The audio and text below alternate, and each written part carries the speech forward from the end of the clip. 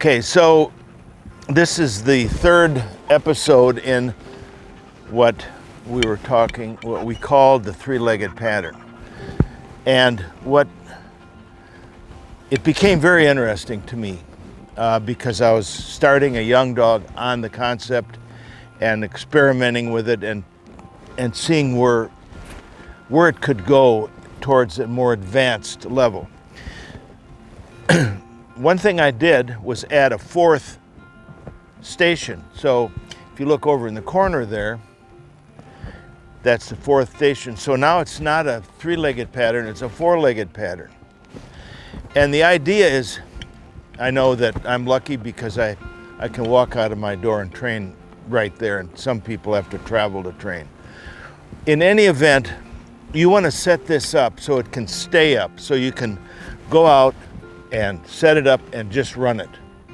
You don't have to make a big deal of it. If you don't have your own training grounds, you have to sort of plan where you're going to be often enough to take advantage of the repetition of the 3 or 4 legs of the pattern. So I've got now 1, 2, 3, 4 legs on this pattern. Step 1 was introduce the dog, whether it's a puppy or an older dog, to the stations, which I have done.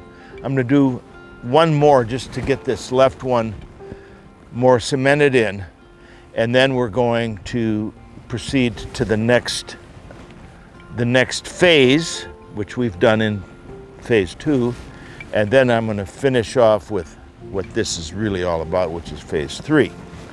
So I'm just going to run this pattern so you can see what that part of it looks like. All right, let's go.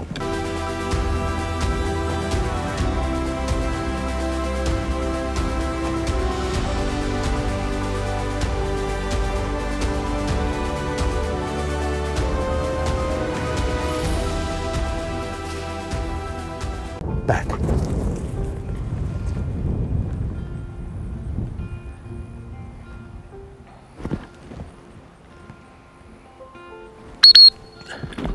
Okay, so now we have a 4-legged pattern, and what we can do from this short distance, heel, sit, out, is we can use this for lining, for confidence, for casting.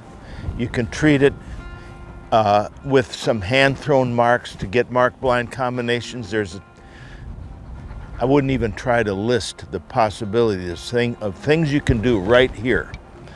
So you're going to have to dream those things up yourself. What's going to happen now is I'm going to move the line from here to farther back where there's an element in it, and then we're going to move again afterwards to a new place where there's more elements. And then as a final component of today's lesson, we're going to put a thrower with a mark and the mark blind combinations and use this same concept. So this is always set up. All you got to do is drop some bumpers down. You can figure out ahead of time, oh, I want to work on poison bird lining drill. I want to work on a blind that goes under the arc of a mark. You can name it and do it on this drill. And the more I've experimented with it, the happier I am with the idea. And I'm going to be leaving this up. This will be here indefinitely, because anytime you have a problem, you can solve it by setting up the same concept here on this, now what I'm calling a 4-legged pattern. Before we move, I just want to demonstrate one of the components of this. It would be lining and casting. So you can line to all of these. The other thing you can do is line to one and cast to another. So I'll just try that with this guy. Don't be surprised if I have to work on it, because he's young, he doesn't know very much about casting, especially in a longer situation. He's better at casting like in a small drill, but the value of this is more like a test where you're actually casting in a certain situation. Come here.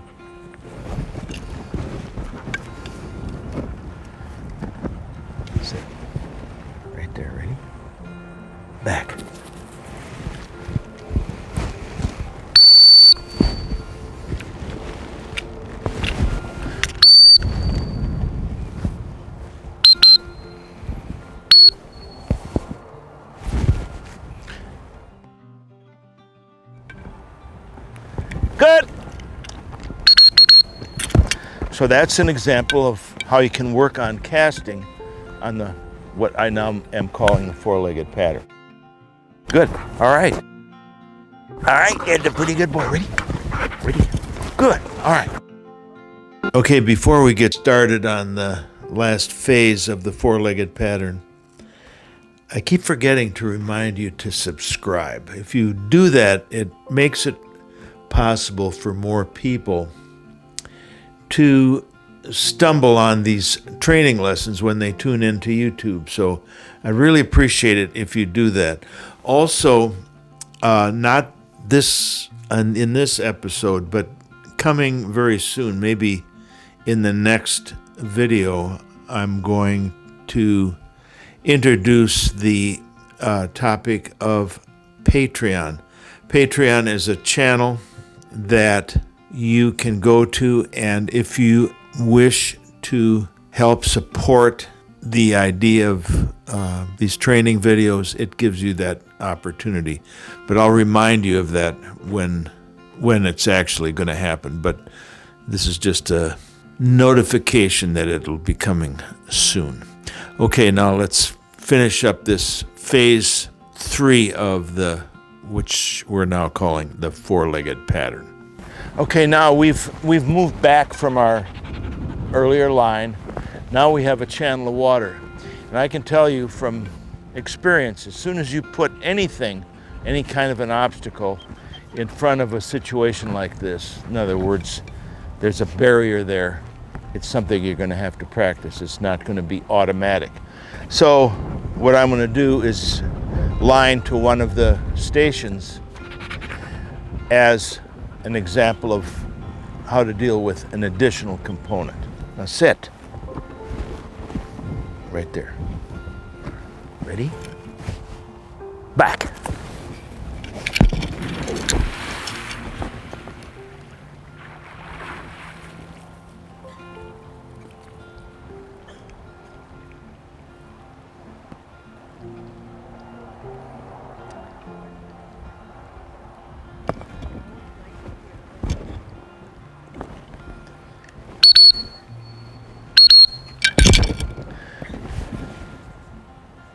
Okay, so that's just I've lengthened the distance and I put an element in between. Now the next thing I'm going to do is add a mark to this. The mark can be whatever you think you need to work on. So, good. Heel. Sit. Out. Okay, that's good. Now just give me a slight angle back that direction. Heel. So now this will be new to him. This is going to be a mark blind combination. I'm going to throw the mark, pick up the mark, and then do the blind on the back side of the gunner. Sit. Sit.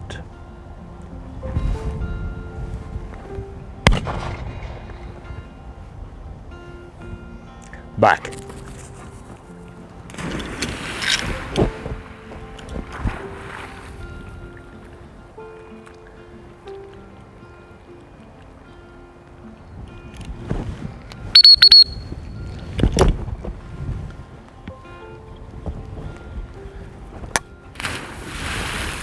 Okay, good. Keep facing the same way you threw. Heel. Sit. Out. Sit. Dead bird now. Sit. Dead bird, way out. Back.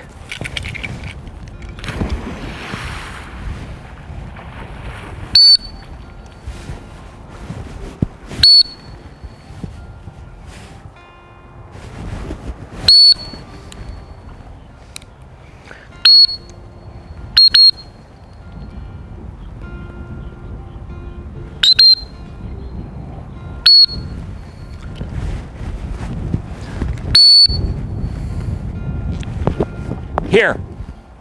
Here. Here.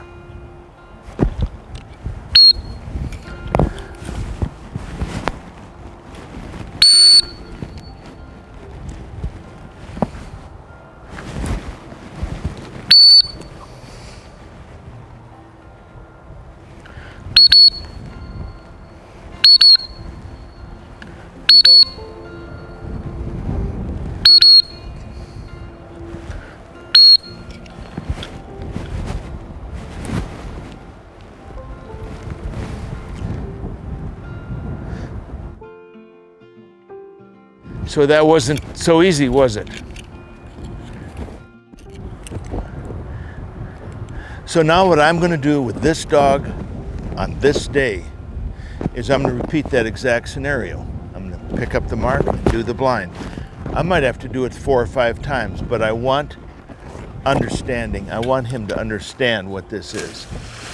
Okay, good. Same bird. Heel. Sit. Sit. Okay. Out.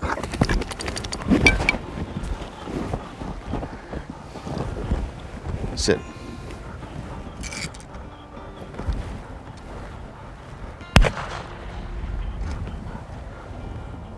Back. This is a big step. Nothing automatic about this. Okay.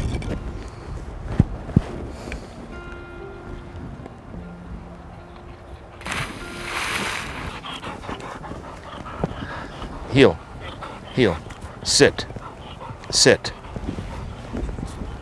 Hold. Hold. Hold. Out. Sit. Okay, dead bird. Sit. That's a boy. Dead bird. Here. Sit. Sit. Sit. Dead bird. Here. Back.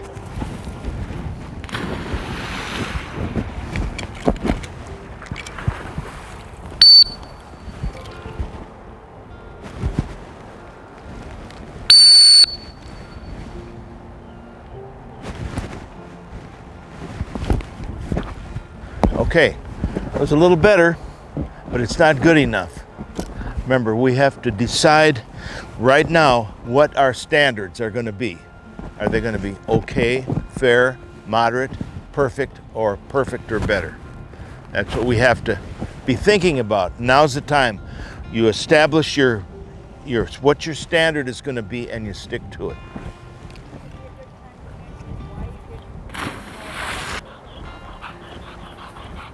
Heel. Sit. Sit.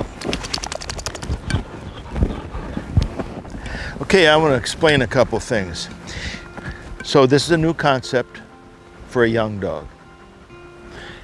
He did the mark, then I had quite a bit of trouble getting him to do the blind because he doesn't understand that yet. What I did not do is call him back. I used it as a casting drill, not a calling him back. You made a mistake, you come back here. That is a concept that I don't like very much. I think it's a bad idea to keep calling a dog back. It's called attrition. My least favorite way of teaching is attrition. You're putting too much pressure on the dog to figure out what you want. When you're casting, you're telling him what you want. When you call him back and resend him, you're making him make that decision.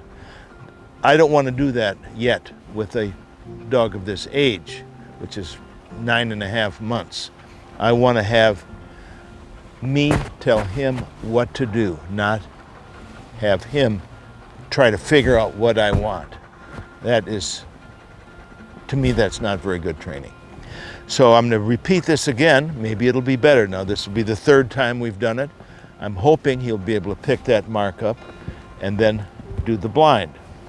Whatever happens is going to happen, and I'm going to keep working on it until he gets it. In the meantime, the real value is to understand the beauty of this setup so you can pick something like this and work on it. Sit. Sit.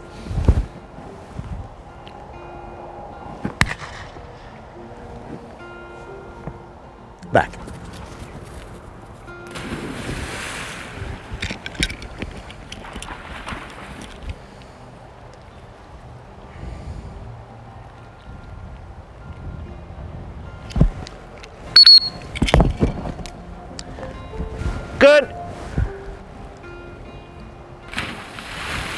All right. Okay now. Heel. Sit. Good. Out. Sit. Now, dead bird. Good. Dead bird. Way out. Ready? Sit. Way out. Dead bird. Dead bird. No. Sit. Dead bird. Back.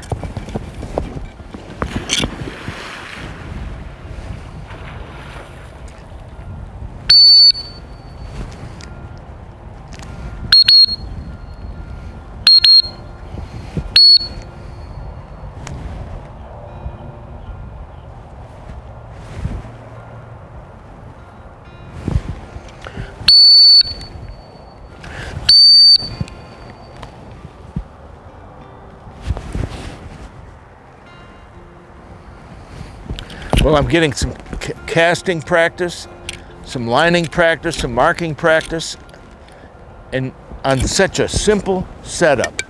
You can see this dog it's not that he's not trying, he just doesn't understand. What's my job? Get him to understand. Not make it simple, make it clear.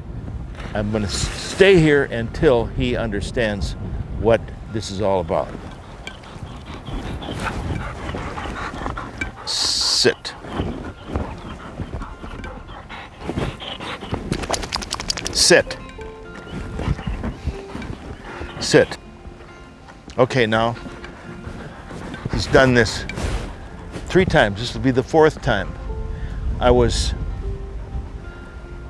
In a way, I wish he did it on the 1st time, or the 2nd time, 3rd time. I'm hoping it is 4th time. It doesn't matter, because I'm going to work on it until he understands. And I'm confident. At least he's running hard, he's not afraid, he's casting, he's up for whatever happens. The thing I will not do, and don't advise you to do, is put any fear into this concept. This is just a learning. It's not making him afraid to do something different. Heel. Heel. Sit. Sit.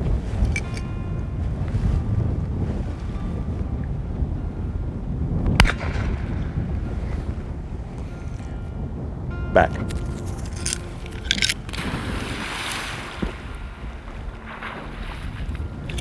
The one thing I am going to do this time is when he comes back from that mark, I'm going to walk forward a little bit just to help him out, because I'd love it if he did it perfectly this time. I won't be miserable if he doesn't, but I would prefer it if this was the last time. Heel. Good. Sit. Out. Okay, dead bird. Way out. Good. Heel. Sit. Dead bird. Here. Right there. Back.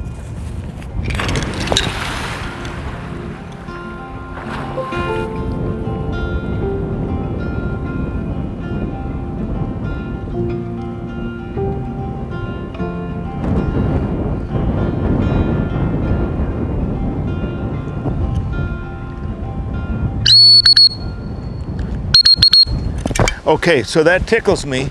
I did help him a little bit. I moved up. Why? To make it clear what I wanted. And that's my goal every day in training, is to make whatever I'm trying to teach clear to the dog. Just making it simple doesn't always work. People always say simplify. Yeah, making it clear is what makes it work. Hey, pretty good. Pretty good.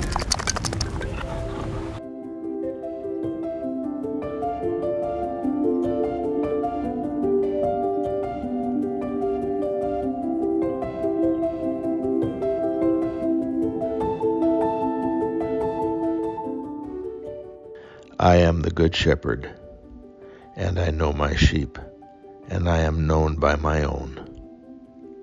As the Father knows me, even so I know the Father, and I lay down my life for the sheep. And other sheep I have which are not in this fold, them also I must bring, and they will hear my voice, and there will be one flock and one shepherd.